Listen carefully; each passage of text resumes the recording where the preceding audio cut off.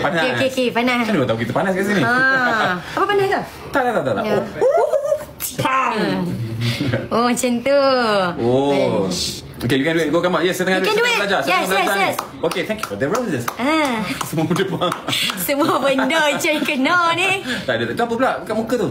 Dia bagi love lah. Terima kasih. Terima kasih siapa yang bagi love tu. Terima kasih. Okay. We all support. Thank you siapa yang support tu. Okay, korang tengok je. Korang tengok, jangan end live. Okay, korang tengok je apa saya nak borak, apa saya nak bercakap sekejap lagi. Melayan je lah sebab ni first time juga untuk saya nak live. Abang-abang first time. Dia first time. Apa yang korang bagi tu saya sangat-sangat appreciate. Apa yang korang ajar tu saya sangat-sangat lah akan menerima. Apa korang nak cakap tu cakap lah. Saya okey je. Nak beli ayam. Weh, macam mana tu? Cepat. Kita beli ayam. Pasal ayam. First game macam mana? Macam mana kita nak buat ayam? Kita orang nak beli ayam ni. Kita orang tak ada give bentuk ayam ke? Ayam. Logo Kamal.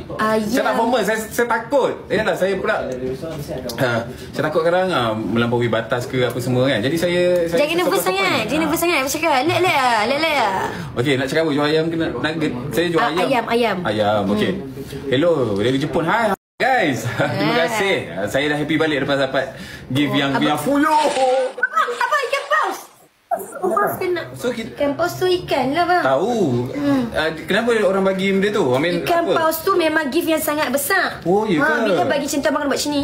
Oh ni. Abang tak dah. Tahu dah. Ikan paus tak ada gaya. Ikan paus macam ni. Macam ni. Yang satu tu fuyo. Satu tu fuyo. Okay. So kalau nanti ikut abang buat live kat personal, orang bagi topi sama je. Okey, tak apa. Orang bagi topi, abang kena buat macam ni. Orang bagi paus, abang kena buat macam ni. Orang bagi hadiah besar, wow, fuyo. Abang kena semangat bang. Saya semangat lah. Tapi kalau dah 2 kali masuk, keluar masuk. Siapa pun tak semangat. Bang, sebab abang sepatutnya hijau yang macam tu. Abang tak apa bang, tu dah tinggi dah bang. Abang kena lawak macam tu. Tak, share.